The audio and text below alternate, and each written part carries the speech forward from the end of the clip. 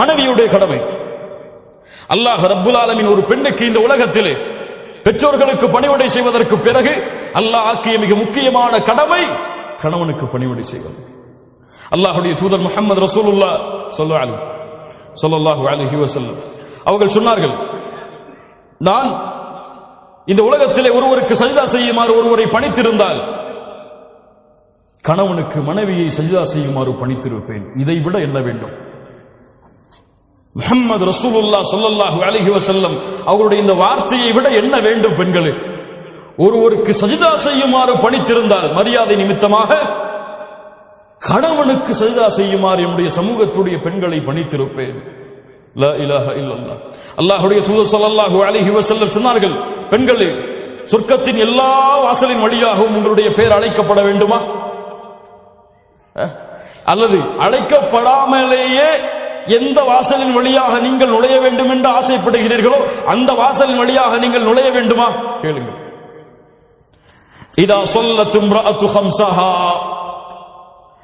எந்த ஒரு பெண் 5 நேர தொழுகையை தொழுகிறாளோ, வஸாமத் ஷஹ்ரஹா, ரமதான் மாதத்திலே நோன்பு வைக்கிறாளோ, வஹஃபிதத் ஃபர்ஜஹா, தன்னுடைய மர்மஸ்தானத்தை பாதுகாக்கிறாளோ, வஅதாஅத் ஸௌஜஹா, தன் கணவனுக்கு முற்றிலும் கட்டுப்படுகிறாளோ, அந்த பெண்ணுக்கு சொல்லப்படும் நாளை மறுமையில் சொர்க்கத்தின் எந்த வாசலின் வழியாக நுழைய வேண்டும் என்று நீங்கள் ஆசைப்படுகிறீர்களோ அந்த வாசலின் வழியாக நுழைந்து கொள்ளுங்கள்.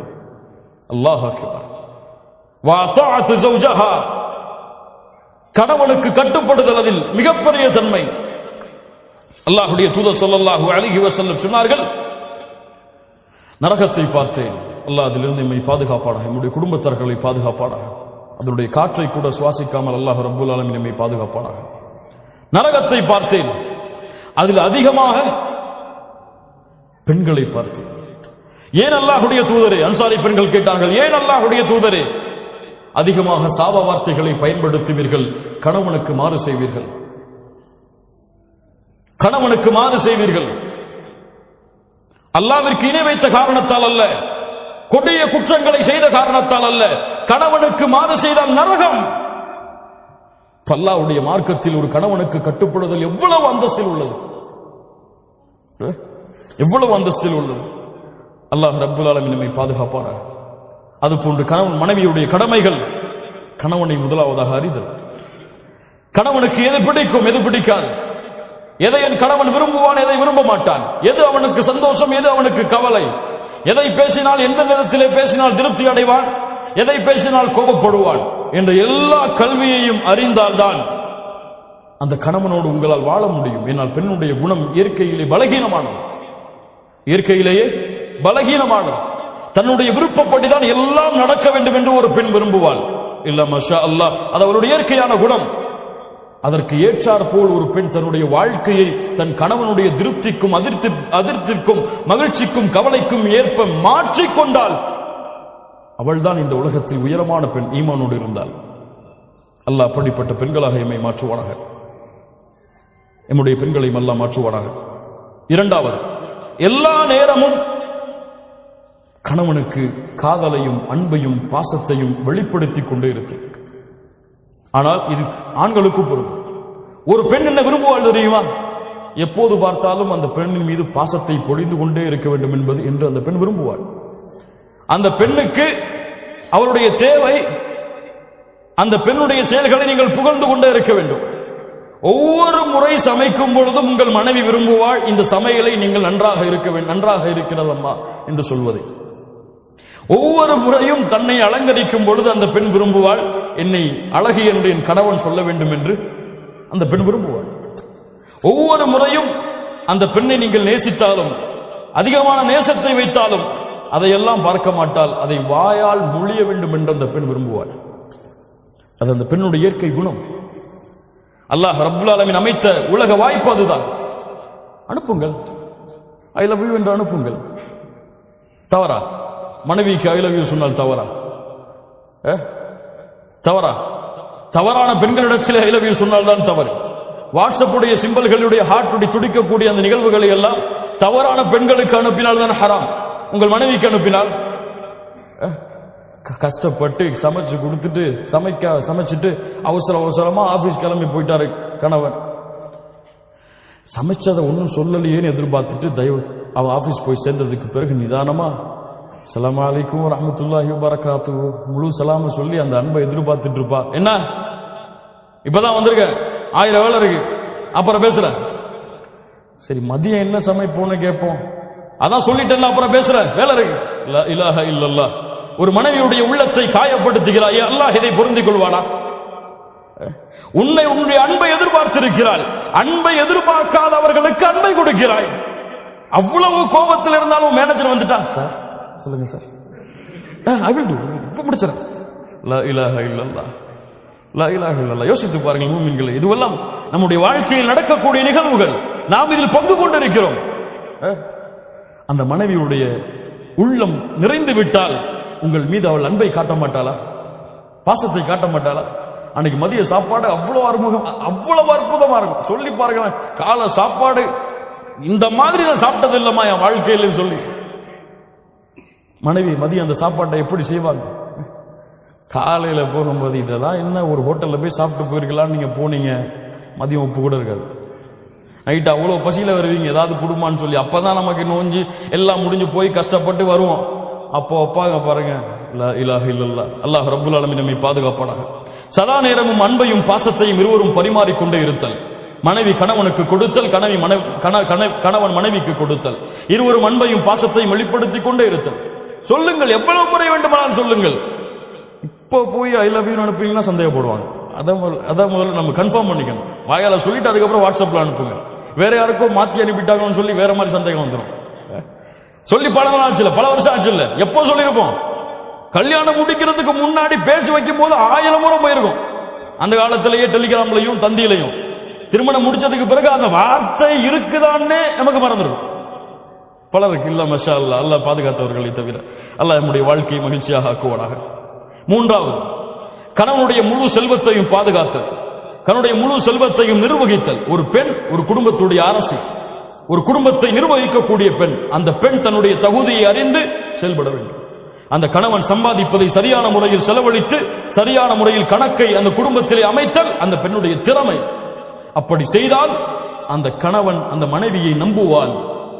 நம்ம மனைவிமார்கள் எல்லாம் மஷா அல்லாஹ் பாதுகாத்தவர்களை தவிர எப்படி எப்ப சம்பள ரேட்டு வரும், எப்ப நகை வாங்கலாம், எப்ப அந்த செலவை முடிக்கலாம் அப்படின்னு சொல்லி பல கடனை வச்சுட்டு தான் அடுத்த மாசத்தை நடத்த வைப்பாங்க. லா இலாஹ இல்லல்லாஹ். 25ஆம் தேதி சம்பளம் வாங்குவார், 26ஆம் தேதி என்ன செய்யறதுன்னு தெரியாம உட்கார்ந்து இருப்பாரு. இப்படி இருக்கக்கூடாது. அவருடைய முழு மாதத்தையும் எந்த சிரமமும் இல்லாமல் பொருளாதாரத்தில் ஆக்குதல், அவருக்கு கொடுக்கக்கூடிய வருமானத்தை வைத்து அது மனைவியுடைய திறமை, மனைவியுடைய வலிமை, அதை செயல்படுத்தினால் மகிழ்ச்சியான வாழ்க்கையாக அந்த மாதம் அமையும். நான்காவது, கணவனுடைய அனுமதி இல்லாமல் எந்த முடிவையும் எடுக்காமல் இருத்தல். ஒரு மனைவி ஒரு வாழ்க்கையில் ஒரு முடிவை எடுக்க வேண்டும் என்றால் அந்த இடத்திலே கணவனுடைய அனுமதி என்பது அல்லாஹ் ரப்புல் ஆலமீன் கடமையாக்கிய கடமை, ஃபர்தை தவிர. அல்லாஹ்வுடைய கடமைகள் சட்டங்களை தவிர மற்ற எல்லா விஷயங்களிலும் இந்த உலகத்திலே மனைவி ஒரு பெண் தேர்ந்தெடுக்க வேண்டிய முடிவின் தகுதியானவர் யார்?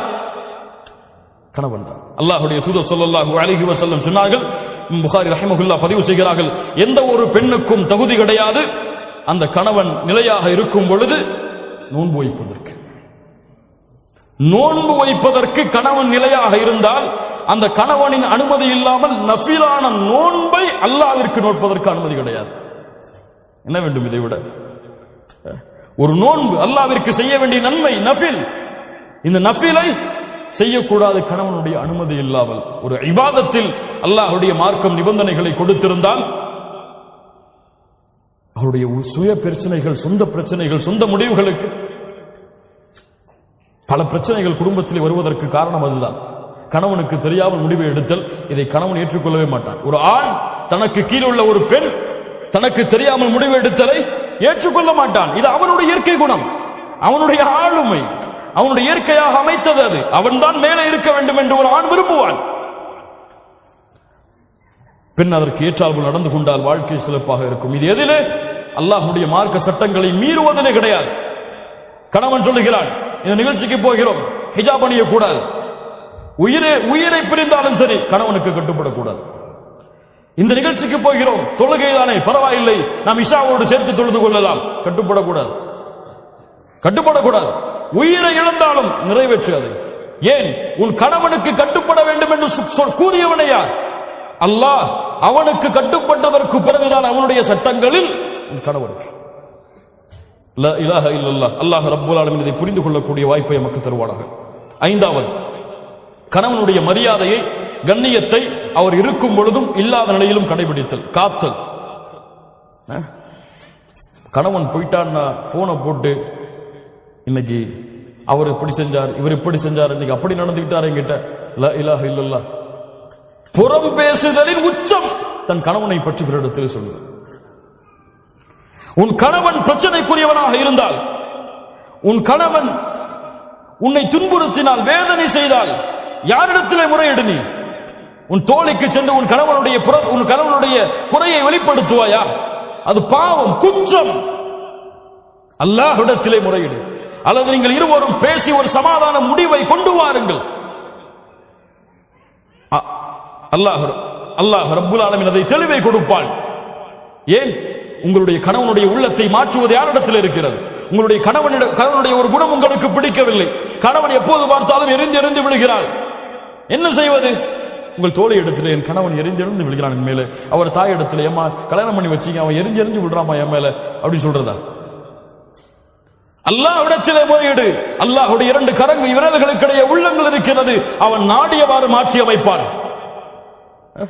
அநீதம் இழைக்கப்பட்டால் அந்த அநீதம் செய்தவர்களுடைய பிரார்த்தனை அல்லாஹ் அங்கீகரிப்பான். உன் கணவன் உனக்கு அநீதம் இழைத்தால், உங்களுக்கு அநீதம் இழைத்தால், அல்லாஹ்விடத்திலே அந்த அநீதத்தை நீதமாக மாற்ற பிரார்த்தனை செய்யுங்கள், அல்லாஹ் மாற்றுவார். ஆறாவது, என்ன இருந்தாலும், என்ன பிரச்சனை வந்தாலும், என்ன மனதுக்கு விருப்பம் இல்லாததாக இருந்தாலும் நேரடியாக அந்த கணவனிடத்திலே திறந்த மாதிரி பேசிவிடுதல், ஓப்பனா சொல்லிடுறது. இதாங்க பிரச்சனை, இதான் நமக்குள்ள சண்டை வர்றதுக்கு காரணம், இதை நம்ம திருத்திக்கிட்டா நம்ம வாழ்க்கை சிறந்ததா இருக்கும்.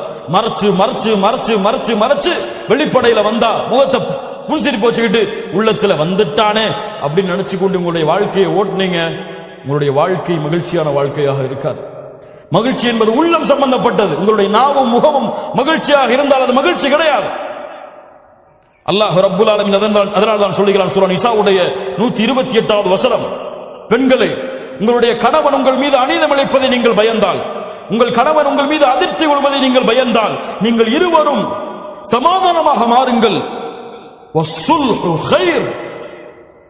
நீங்கள் சமாதானம் அடைவதுதான் சிறந்தது. அல்லாஹ் சொல்கிறார், இருவரும் பேசி சமாதானம் அடைவதுதான் சிறந்தது. அதனால் பிரச்சனை என்று வந்தால் உடனடியாக நாளைக்கு பேசிப்போம், நாளை கழிச்சு பேசிப்போம், அடுத்த நாள் பேசிப்போம். எங்க இந்த குணம் உங்களுக்கு மாத்திக்கிட்டீங்கன்னா ரொம்ப நல்லா இருக்கும். நம்ம 2 பேருக்கு இடையில சண்டை ஏற்படுத்துறது இந்த குணம் தான், இதை மாத்திக்கொள்ளுங்க, அல்லாஹ் உங்களுக்கு அருள் செய்வோம். அவ்வளவுதான். அல்லாஹ் ரப்புல் ஆலமீன் அவனுடைய அருளால் அந்த குணத்தை அல்லாஹ் ரப்புல் ஆலமீன் மாற்றுவான். 7வது, கணவனை பிறரோடு ஒப்பிடுது. அவருடைய சேலரி அவ்வளவு இருக்குங்க, ஏங்க நீங்க இவ்வளவு சேலரி வாங்குறீங்க? அவரை விட நல்ல திறமையாளி தான் இருக்கீங்க, நீங்க அவனமா நடந்து கொள்ளல? அவர் மனைவிக்கு அதெல்லாம் வாங்கி கொடுத்திருக்காரு, இப்ப சேலரி வந்த உடனே நீங்க எப்படி இருக்கீங்க? லா இலாஹ இல்லல்லாஹ். இந்த ஒப்பிட்டல் கணவன் மனைவியுடைய வாழ்க்கையில் மிகப்பெரிய பிரச்சனைகளையும் குழப்பங்களையும் ஏற்பட்டு, அவன்தான் ராஜா இந்த உலகத்திலேயே அவன்தான் எனக்கு ராஜா, அவனை விட யாருமே கிடையாது என்பது போல் அவனை உணர வைக்க வேண்டும். எனக்கு மிக பிடித்தமானவர் இந்த உலகத்தில் அல்லாஹ்விற்கும் அல்லாஹ்வுடைய தூதருக்கும் பிறகு என்னுடைய கணவன் தான். அதை உணர வைக்க வேண்டும் எல்லா முறைகளிலும், எல்லா இடங்களிலும், எல்லா சூழ்நிலையிலும். நீங்க அவரை கீழே தள்ளிட்டு வேற ஆளை மேல உயர்த்தி பார்த்தீங்க, பிரச்சனைகளும் குழப்பங்களும் அங்குதான் ஆரம்பமாகும். 8வது, கண்ணியமான வார்த்தைகளை கொண்டு பேசுதல். பல பெண்களிடத்தில் இல்லாத குணம் அதுதான். இப்போது இல்ல, மஷா அல்லாஹ் பாதுகாத்தவர்களை தவிர. கஷ்டப்பட்டு உள்ள வருவார், கதவை தட்டுவார், வந்துட்டாரா கதவை துறமான்னு சொல்லி புள்ளி அனுப்புவாங்க, டீ போட்டு கூடமான்னு கேட்பாங்க. இப்பதானே வந்திருக்கீங்க, பொறுங்க, பிள்ளைக்கு வேலை பார்க்கணும், பிள்ளைக்கு படிப்பு சொல்லி கொடுக்கணும், அதுக்கப்புறம் பார்த்துக்கலாம். ஹூரிலின் பெண் தெரியுமா? அந்த ஹூரிலின் பெண் உங்களுடைய கணவன் மறுமையில் கிடைத்தால், கதவு தட்டப்பட்டால் என்ன சொல்வாள் தெரியுமா? அல்லாஹ்வுடைய தூதர் ஸல்லல்லாஹு அலைஹி வஸல்லம் சொன்னார்கள், அல்ஹம்துலில்லாஹில்லதி அஹ்யாக லனா வ அஹ்யானா லக். எங்களுக்காக உங்களை படைத்த கதவு அப்பதான் திறப்பான் நரகத்திலிருந்து வெளியே வந்து, அப்ப அந்த 2 பெண்கள் சொல்லுவார்கள், மனைவிமார்கள் சொல்லுவார்கள், உங்களுக்காக எங்களை படைத்த, எங்களுக்காக உங்களை படைத்த அந்த அல்லாஹ்விற்கே எல்லா புகழும். அவன் அவ்வளவு உச்சத்துல போய் சொல்லுவான். சொர்க்கத்துல என்ன மாதிரி யாருமே கிடையாது இந்த வார்த்தைக்கு பிறகு. லா இலாஹ இல்லல்லாஹ். அஸ்ஸலாமு அலைக்கும் வரஹ்மத்துல்லாஹி வபரகாத்துஹு. வாங்கம்மா உட்காருங்க, என்ன வேணும், என்ன செய்யணும் உங்களுக்கு, இப்ப எப்படி இருக்குது நிலைமை, சந்தோஷமா இருக்கீங்களா? அழகிய வார்த்தைகளை கொண்டு பழகுதல், பேசுதல், அவனுடைய சூழ்நிலையை புரிந்து பழகிக் கொள்ளுதல், அவனிடத்திலே பேசுதல். 9வது, கணவனுக்கு முன்னால் சப்தங்களை உயர்த்தி பேசுதல் பாவம். கணவனுடைய உள்ளம் நோகும்படியாக நடந்து கொள்ளுதல் பாவம். அல்லாஹ்வுடைய தூதர் ஸல்லல்லாஹு அலைஹி வஸல்லம் கணவனுக்கு அவ்வளவு பணிவை காட்டச் சொன்னார்கள். உங்களுடைய சப்தம் அல்லாஹ்விற்காக உங்களுடைய கணவனுக்கு முன்னால் தாழ்ந்திருந்தால் அல்ஹம்துலில்லாஹ். ஏன்? அது ஒரு மரியாதையாக செய்கிறேன், அதை என் கணவனுக்கு கொடுக்கக்கூடிய கண்ணியமாக கருதுகிறேன். அல்லாஹ் அதை கொண்டு உங்களுக்கு பல மடங்கு கூலி கொடுப்பான். இன்னைக்கு அவங்க பேசினா வீட்டை விட்டே வெளியே ஓடிடும், அப்படி இருக்கும். இல்ல மாஷா அல்லாஹ், அல்லாஹ் பாதுகாத்தவர்களை தவிர கண்ணியத்துக்குரியவர்களே, அல்லாஹ் ரப்புல் ஆலமீன் நம்முடைய நிலைமைகளை சீர்படுத்துவானாக. இந்த 2 குடும்ப உறவுகளும் பிரிவதிலே இன்பம் காணக்கூடியவன் உங்களை விட, உங்கள் குடும்பத்தில் இருப்பவர்களை விட அல்லாஹ்வால் சபிக்கப்பட்ட இப்லீஸ். ஹதீஸ் நினைவுபடுத்திக் கொண்டு இருக்க வேண்டிய ஹதீஸ்.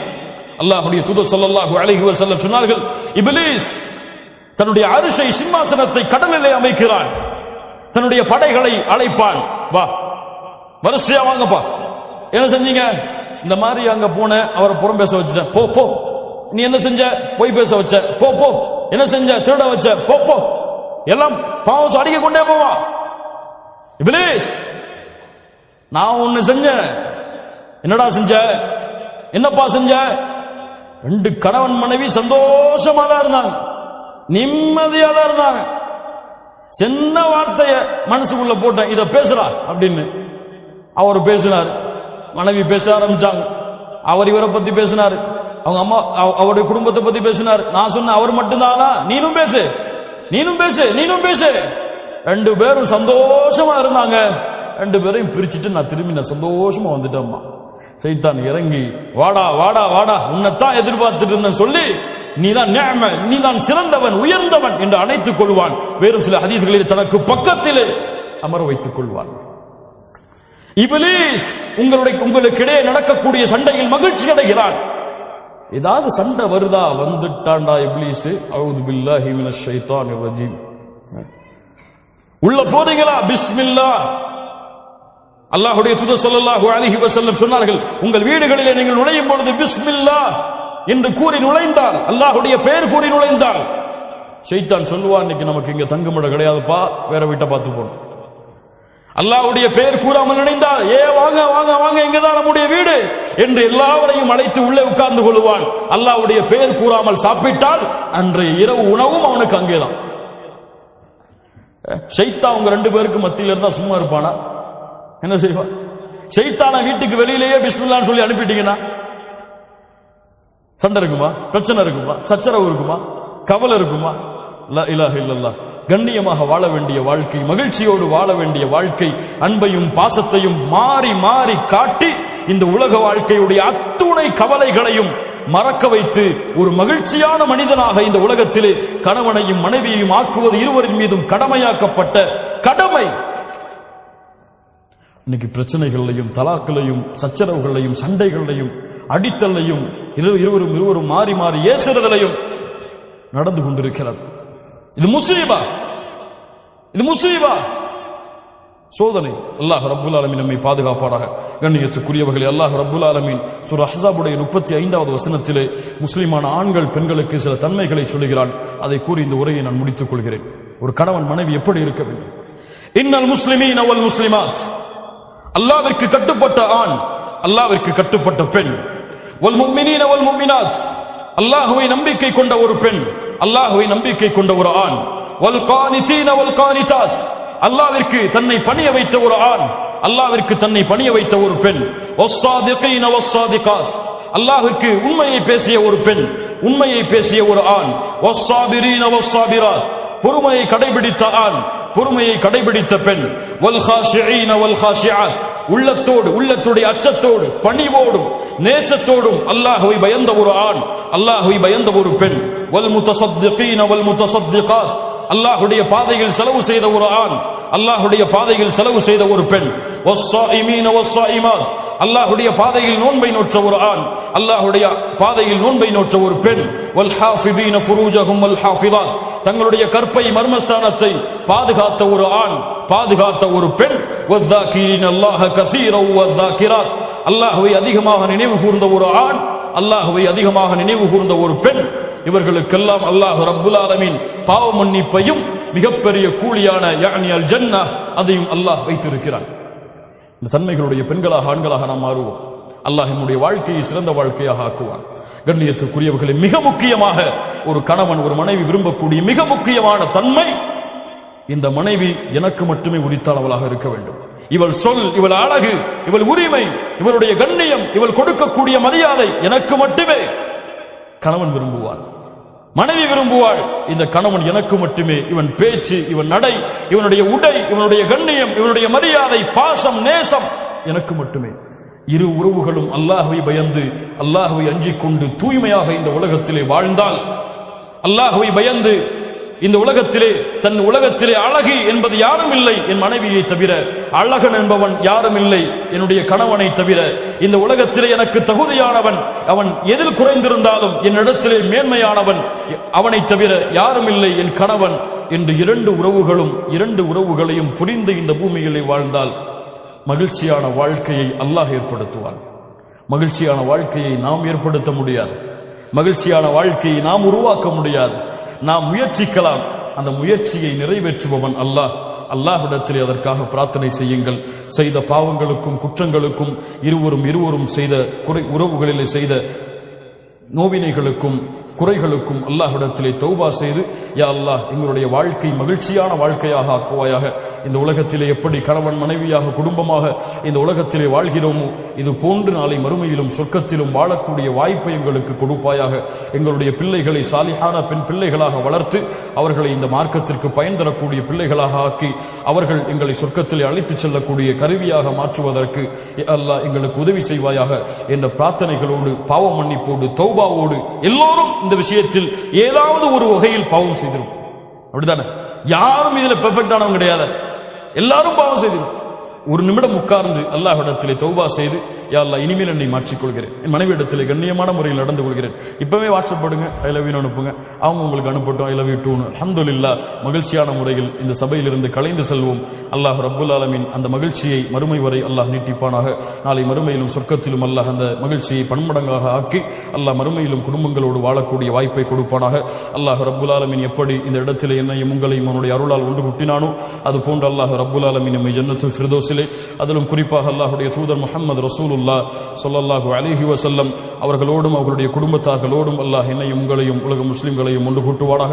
இவ்வளவு சிரமத்திற்கு பிறகும், இவ்வளவு பெரிய தூரத்திற்கு பிறகும் அழைப்பை ஏற்று மார்க்கத்திற்காக, மார்க்க பணிக்காக, மார்க்க இல்மிற்காக தேடி வந்த உங்கள் அனைவருக்கும் அல்லாஹ் ரப்புல் ஆலமீன் சொர்க்கத்தையும் அவனுடைய அருளையும் அல்லாஹ் கூலியாக கொடுப்பானாக. நம்முடைய குடும்ப வாழ்க்கையை அல்லாஹ் சீரமைப்பானாக. அகூலு கௌலி ஹாதா அஸ்தக்ஃபிருல்லாஹ லீ வலக்கும். ஸலாமு அலைக்கும் வரஹ்மத்துல்லாஹி வபரகாத்துஹு.